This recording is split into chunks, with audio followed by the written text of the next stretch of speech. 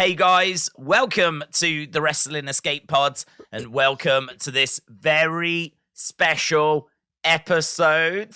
I'm joined by a little giggly girl. What's going on over there? I just started. Is that excitement? Is that excitement? No, you started the episode. We're live. Can you hold on? I just need. Hang on, are you all right? Is everything okay? Did I start too quickly? Okay, right. We've got a whole thing. Wow, I love the excitement, though. Whoa!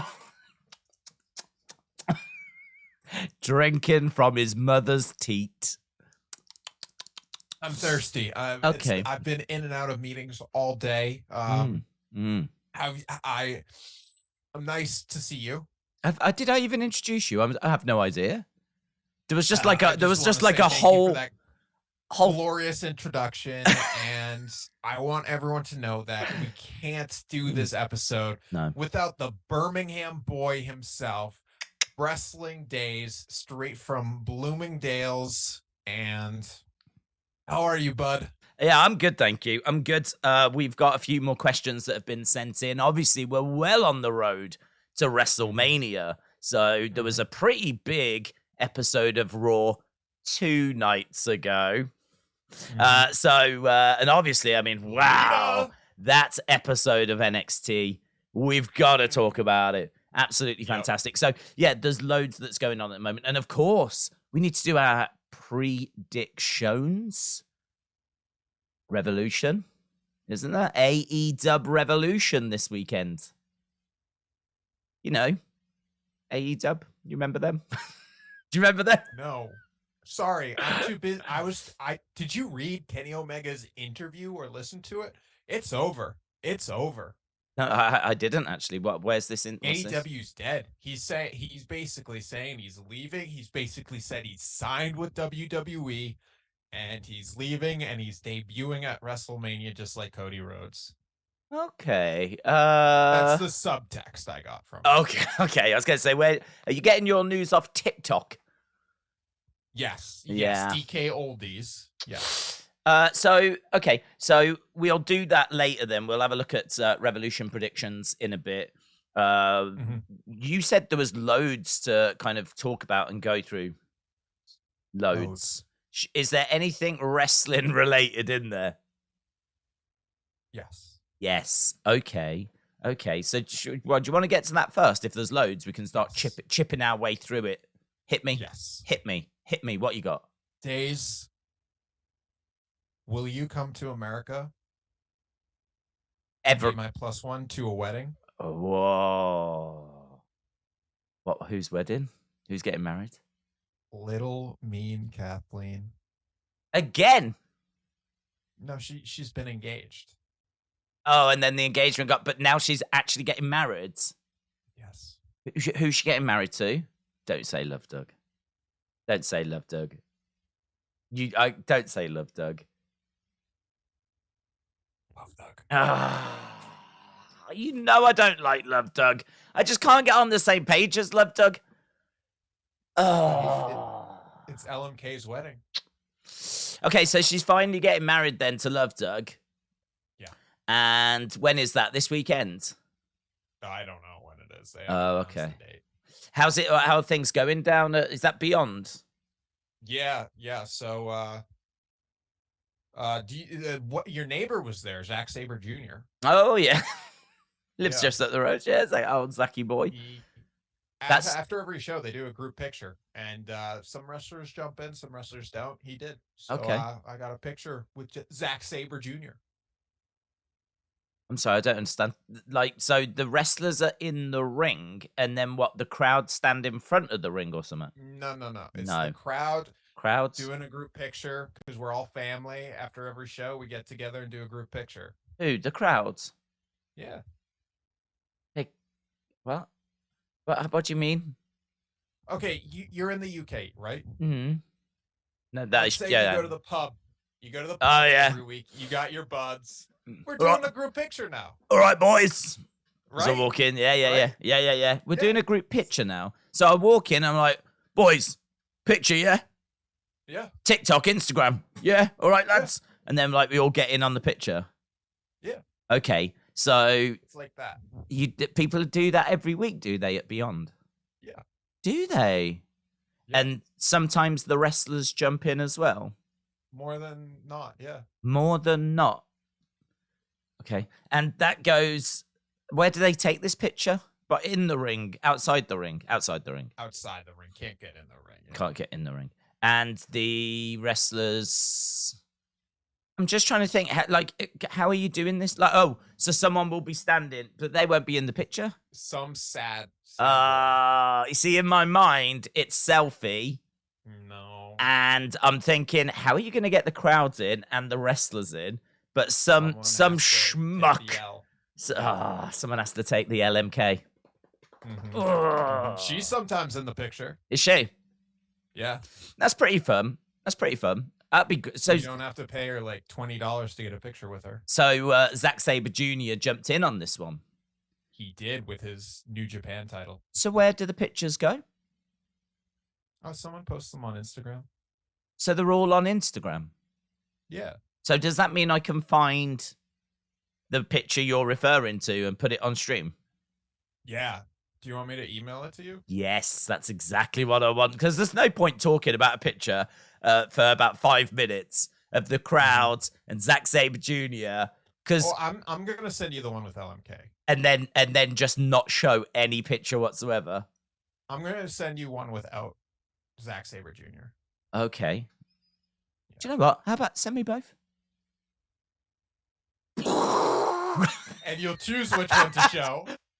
So actually, yeah. I might show both. We were talking about this picture with Zack Sabre Jr. Use the one that doesn't have it. Okay, so yeah, well, I'll do that. I'll do that. I'll do that. Do you know what I'll do? I'll put a picture up of a WWE crowd instead.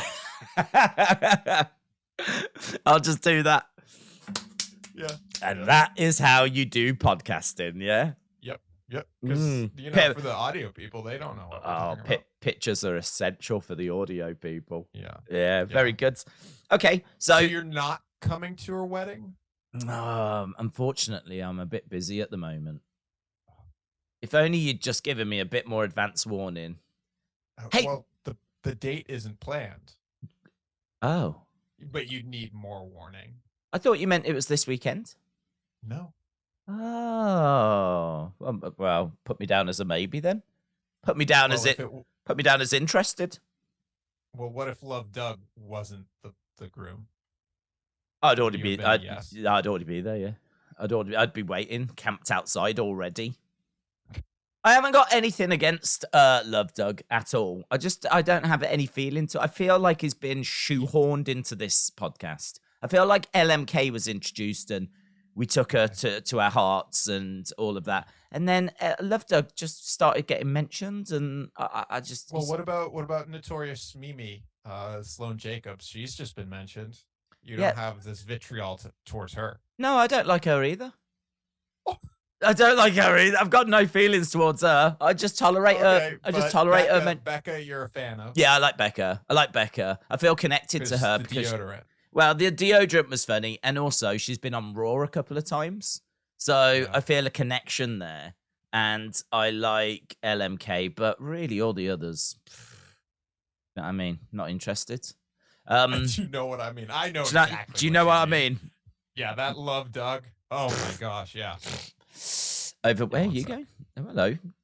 I'm back. You disappeared into the. Yeah, that was kind of weird. That was strange. Right, so we've got a couple of questions. Let's get to one of these, and then we can go back to one of your thoughts. This is from Valerie in Vermont. So shout out to Valerie. Get out of town. V for V. V for V. Double V. V for Vendetta. Valerie from Vermont. Valerie wants to know your thoughts. This is not a real person. We don't have real women watching us. Mm-hmm.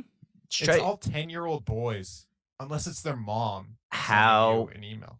How do you not know that Valerie isn't a 10-year-old boy from Vermont?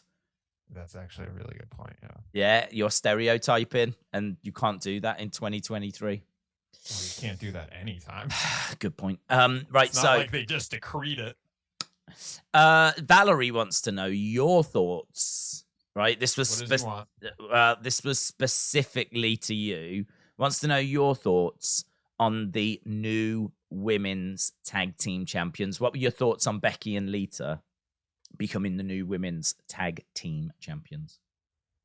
Let me tell you something. I love women wrestlers. I watch Stardom. I watch Tokyo Joshi Pro. I watch Shimmer. I watch Women Wrestling Army. I watch women Wrestling the Army. Yes. What the hell is that? I watched Beautiful Babes of Pro Wrestling. Or Gorgeous Girls, whatever the hell that weird VHS we found last 2 Black Fridays ago. I don't know. I need to buy that VHS sometime, and we'll convert it to do a watch along or something and get banned. But when it comes to bringing back women who systematically have their careers ended early because they're aged out, and allowing them to continue being superstars, allowing them to continue still being wrestlers taken as actual competition is great. Because we all know that once women wrestlers get to the age of 40 or so, American women wrestlers, for some reason, Asuka's unaged. They have to retire, or they're not deemed worthy enough in the WWE product. So they're done with. So to see Lita come back, actually gain a championship, is incredible. And to have it done with Becky Lynch is double incredible. Now, did they need the assistance from Trish Stratus? I'd say no. Get Trish out of the picture, bring her in a couple weeks, but don't have her involved in the championship win, because this is not her time. Was that okay? Yeah, it's actually really thoughtful, which is not what I associate with you. Right, what else did you have up your sleeve? Any other bits that you wanted to mention? Because we can... Did you not hear about Kenny Omega, though? I wasn't joking about AEW again getting a little trash. Let me get full quotes. Yeah, get big stuff he was saying. Get full quotes. I have really struggled with AEW in recent weeks. Anyone that watches the watch-alongs will know that it has been a slog to the point where I was pretty much done. Like the show the other week, I thought was so poor that I was like, they're completely directionless now. Like there's just no big stories and all this kind of stuff. And so I really had got to the point where I was like, I think it's best I step away for a little bit. Mm-hmm. But then I watched last week and I thought it was a better show. I still didn't think it was like an amazing show or anything like that, but I thought it was a better show and I got some up from it, and we're so close to Revolution, and we're so close to a Bryan Danielson hour-long Iron Man match. Do you know what I mean? Like, you're just kind of really clinging on to these sorts of things. So, yeah, my interaction with AEW has been minimal, to be honest. So I have not seen this, so I'm very interested. Okay, so in regards to coming back from his injury, August 2022, this is what he says. I didn't get it. I was like, what is with this atmosphere, this strange atmosphere? What is with the strange aura? Why does something feel ominous now? Didn't know and couldn't figure it out. And it's like he was in a new AEW and just felt strange and felt out of place. And he still does. Is this hinting? And he still does? Yeah. Oh, I hadn't heard any of that. He hasn't yet refamiliarized himself with AEW. Is what he said. He hasn't refamiliarized himself. Yeah. What? Is an executive vice president? Is an EVP? What does that even mean? Well, I would imagine it means that even if you're injured, you've still got responsibilities. Could you imagine an executive in any company Oh, yeah. Coming out with a quote of saying, I need to refamiliarize myself with the company that I am an executive vice president for. Is it just There's me? a new headline that just came out that doesn't sound good at all. Oh, what's this new headline? Is it AEW related? Yeah. Ty Conti out of action due to back protrusion. What does that mean? Well, I feel sorry for her because that sounds bad, but I can't see that being an issue. Just means a herniated disc. Never mind. Even so, moody. Well, I had a back protrusion. Did you? Yeah. I've never done anything to my discs. You are so lucky. Yeah, I don't want to. Back pain is it because you're always in a chair? It's because I do no manual labor whatsoever. Yeah, I mean, I'm basically just made of jelly at this point. That's so cool. It's pretty cool. That's my chat upload actually. Hey, ladies, I'm pretty much made of jelly. Should we go through the Revolution cards?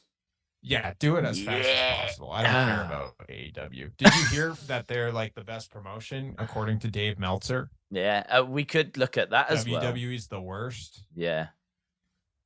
Okay. Let me quickly soapbox. I thought Twitter was so funny. Twitter and Reddit and all those were so funny the day after that came out or the morning of, because it was just very obvious that they don't read the Observer. They just see what people say on Twitter and then get mad about it because, like, it's not Dave Meltzer that's coming up with these ratings. Yeah, it's the fans voted. People in the industry. And, like, I loved reading the Observer than reading online because the Observer, when AEW won the top thing, Dave Meltzer then like wrote a little piece saying like, it's real interesting that this got #1 because WWE has been really great this past year and has been killing it.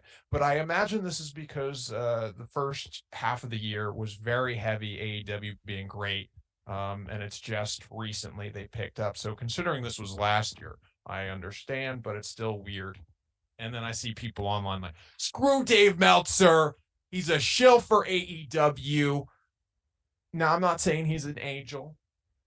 I'm just saying it's real funny seeing these people getting so angry about stuff that's not real.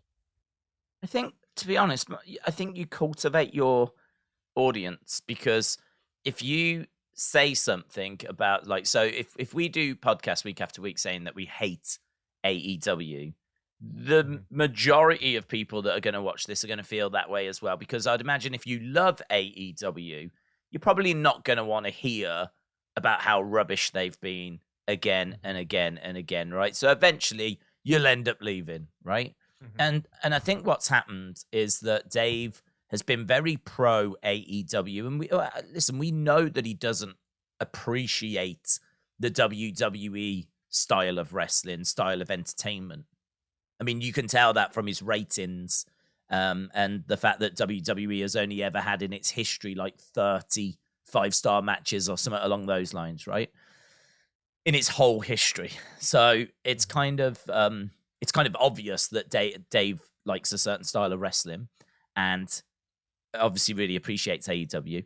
I don't mind that about him because we all have styles of wrestling and things that we like and then things that we don't like. And you know, I can understand people saying he should be unbiased and all this kind of stuff, but if there's something you like and one company is giving you that and then the other company is giving you the opposite, I get it. I do get it. I do understand why he's like, I really like this, and he's shouting about that and then moaning about the other one. I can understand. But the thing is, he is cultivating his audience to think that way as well. Like, or not making them think that way, just attracting people that think that way. And so when it comes to the awards, you know, then all of a sudden people are going to be voting AEW whether they deserve it or not. So fair play to Dave for putting that out there and saying, actually, you know what? I think you're wrong. That was the subtext. Yeah. I was like dying reading it because he was like, I don't want to tell everyone that they shouldn't have voted this way, but like, WWE's been killing it. Yeah. Was there anything in there that you really, really disagreed with? Do you remember seeing anything in there? I don't know if I've got all the results. I can pull it up. Okay. I am a subscriber and I read it. Pull it up then and tell me if there's anything that you really I'm not worried about like, oh, this person was third, this person was fourth. It might as well just look at the winners. The number one. The number ones. If you're not a winner, you're the loser. Absolutely. Quote Barack Obama. So So wrestler of the year, Moxley. Okay. I strongly disagree with that. But this was last year. This was the 2022 LMK. Well, it's funny because these are so geared towards what the people see. So like people I know that have had a great year, like local wrestling open people that are like, yo, they had the best year. I couldn't say that John Moxley as champion, I think John Moxley stepping in when CM Punk went, because John Moxley, I think, was meant to go on holiday or something, and he cancelled that, and they put the belt on him. Like, I think he got a lot of respect for that. But I can't sit here and say loads of great John Moxley matches, to be honest. Can't sit here and go, well, that was a banger, that was a banger, that was a banger. Whereas I can do that with Roman Reigns. Mm-hmm. And I don't watch New Japan that much, but I know that I know what Okada is capable of. I also know that he got nominated for quite a few matches of the year. So Okada, Ospreay, Roman, all being below John Moxley. I don't mind John Moxley being on this list, but I can't say I agree with him being number one.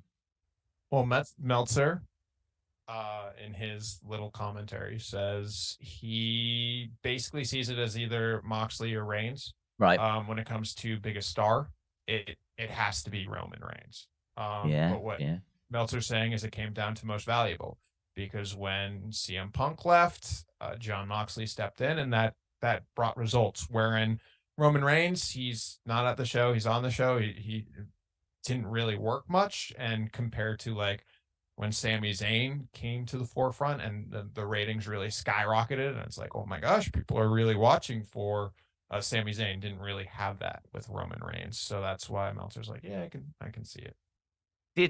What did the ratings? I feel like we're probably getting too far into the weeds here, but I'm just wondering what Moxley did for the ratings. You see, Moxley for me is on the show now, and the ratings are as bad as they've ever been. Yeah. You know, CM Punk is not around anymore.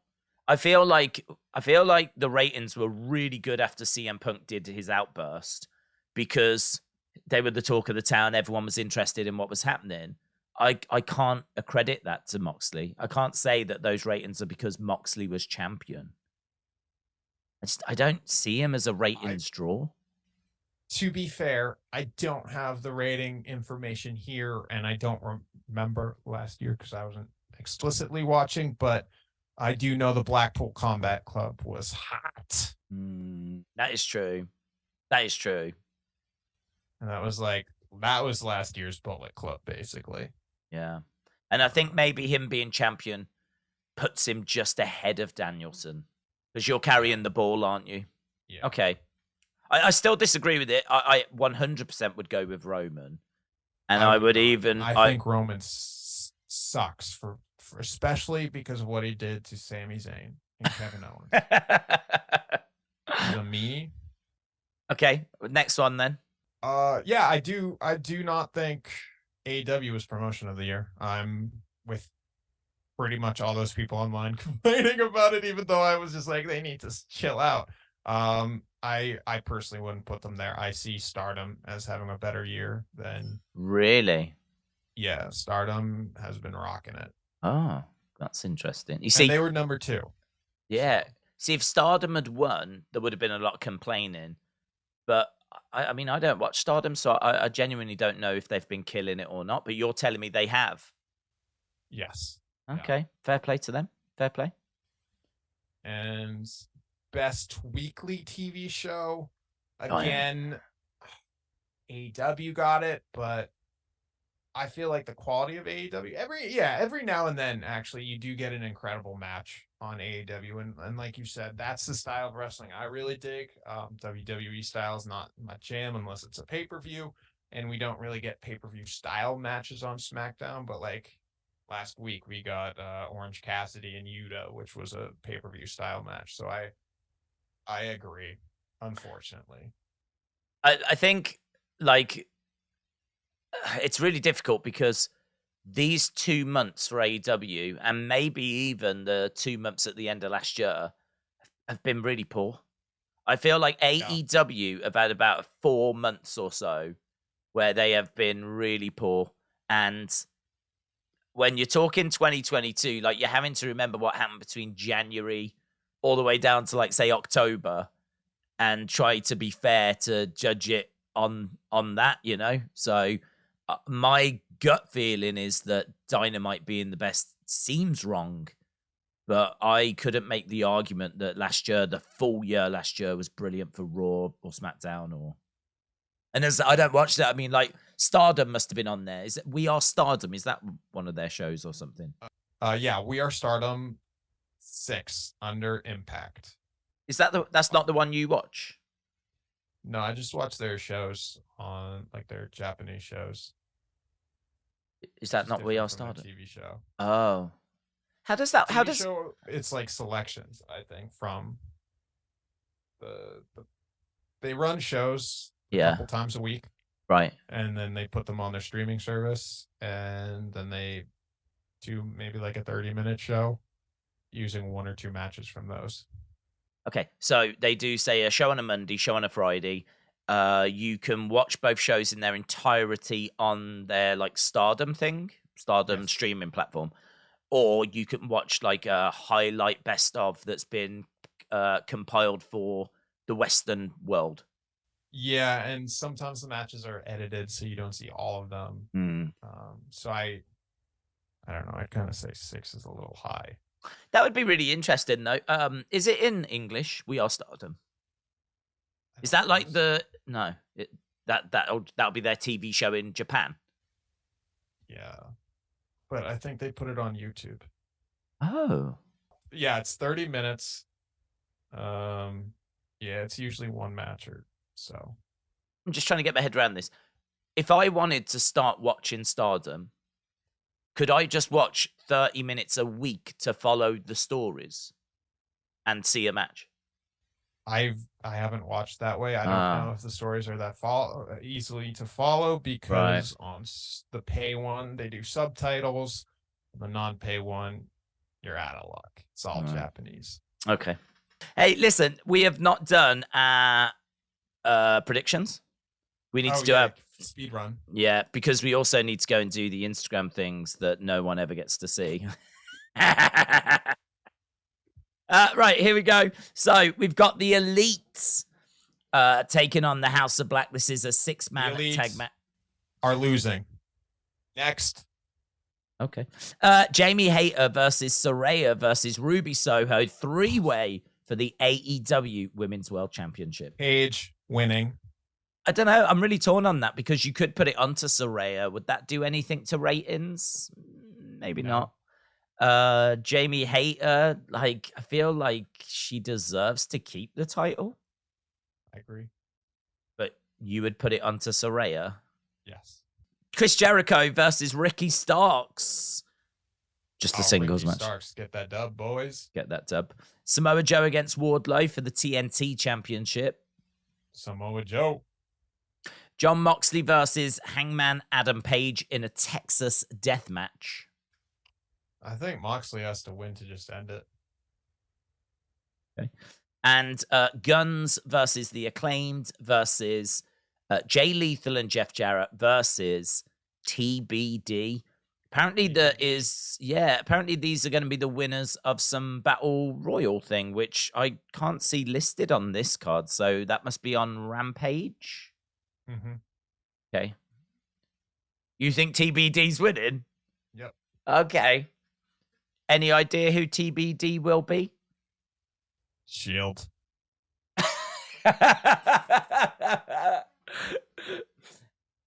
Sierra, Hotel, India, Echo, Lima, Delta, Shield. Boom, boom, boom. Nice. And then a 60-minute Iron Man match for the AEW World Championship. MJF versus Bryan Danielson. Let me tell you, I'm not too excited about this because you're going to watch like 58 minutes, and then the last 2 minutes is all you really need to watch because that's when the actual fall happens, and it's going to be MJF. I am excited for it because I think we don't see Iron Man matches that often. I think that there is a skill to pacing yourself and making sure that you can make it through the hour and not just blowing yourself up and being absolutely shattered and whatever. And I think as a result of like that, there's probably a few stories that you can tell. If you lose a fall, for example, you must be in a pretty bad way. So how are they going to not lose another fall immediately? And how do you stop that from happening? Like, what's the story? Like, these matches have to be very story heavy because you've got to keep people's attention for an hour. And I think putting Bryan Danielson into a match like this, who's one of the best in-ring competitors and in-ring storytellers, I think could create something special. MJF as a dancing partner is a good dancing partner because he's a monster heel. But obviously the jury's out as to whether he's going to be able to put on a fantastic match with Bryan Danielson for an hour. I think you could do it in like 15 minutes, but an hour. And the worst thing too is this is an AEW pay-per-view, so it's going to be like 11:30 and the match is starting, and I'm just going to be tapping out. Yeah, that's a good point. You really don't want to be burnt out by the start of an Iron Man match. I didn't really think about that. If this Iron Man match starts 3.5 hours into the pay-per-view, oh my God. Yeah, that's a really good point. It's a really good point. Who do you think's going to win then? MJF. Right, well, we'll see if you are right next week. Beautiful. Right, we're going to go off and do the Instagram stuff. Really appreciate you joining us. Again, lots of wrestling talk. We've solved this, haven't we? We've cracked this. Yeah. We know now that this is where it's at. So appreciate the support. Thanks for watching. We'll see you again next time. Bye for now.